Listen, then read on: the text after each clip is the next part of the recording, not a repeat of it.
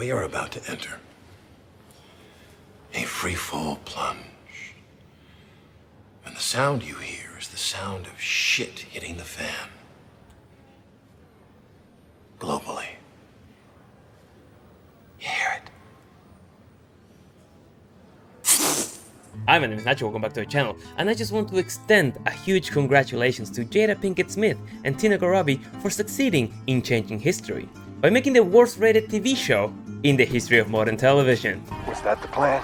We were living in the fuck around and find out of times, and it's safe to say they found out. And what they found out is that Egyptians don't take very kindly of having their culture appropriated, like this person says in the review of the show. And it's a great thing to have pride on your nation or cultural history and teach the younger generations the facts about it. Those who cannot remember the past are condemned to repeat it. And Jada and Tina, the melanated sisters, seem to have forgotten that cultural appropriation is now well seen in the eyes of the public and has been called out multiple times. Of course, they might have chosen to overlook this fact because no one will speak up to them, given that they are people of color and people don't want to be labeled as racist, particularly the access media who loves to talk praises on stuff like this in fear of losing their audience. However, it becomes a little bit of a problem when the people speaking up don't really fucking care about that. And when a nation of almost 110 million people criticizes your show, you can trust those voices get pretty loud. Leaving the obvious public obliteration the show received aside, let's take a step back and look at this as a product, because even the critics slammed it as well. It is patchy, sub-Game of Thrones cosplay interwoven with academics you've never heard of. While the information is comprehensive, the presentation works against the scholarly authority by creating melodramatic sequences with cringy sequences that come across as fiction rather than facts. It's too soapy for serious history fans and not enough soap for viewers who like juicy historical dramas. And I've tried to watch it, I really tried, but I couldn't get really far into it given the very simplistic nature of the production, the script writing, the makeup design, the historical inaccuracies, and constantly being taken away from what's happening, having these scholars using a lot of suggestive language like, it was believed so, I imagine it to be, it was unsure. That's some pretty solid evidence. Even this lady who turned out to be a professor, who ironically said, don't believe what they tell you in school. Okay, professor, saying that a lot of research was done to prove Cleopatra's mother and grandmother's ethnicity that a lot of you unknowingly mentioned in the comments, but in the end they can't be sure they were Egyptian. You serious? So what's the fucking point of this documentary? If you do a lot of research to prove something and you come out with a lack of evidence, then your research was a failure. Much like this show. And also because there's commentary like this. So there's a civil war going on in Rome. Once again, it's about power. It's two men. All those pesky men going to war against for the control of the most powerful nation of their times. This would have not happened if we've got more women in power. No sorry, that's what my grandmother used to tell me. That's some funny shit. The African-American academic Professor Shelley P. Haley says that, like her grandmother, she pictures her as black. Dr. Islam Isa says he imagines her as having the same pale brown skin and curly hair as he does.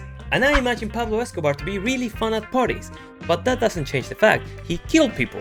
So your imagination and the reality of facts don't really go well together, especially if you're an historian and especially if you're in a documentary. To this date, Jada Pinkett Smith is not really weighing in on the controversy, which is particularly strange given that this woman is very clever when it comes to using words to her advantage. I got into a different kind of entanglement.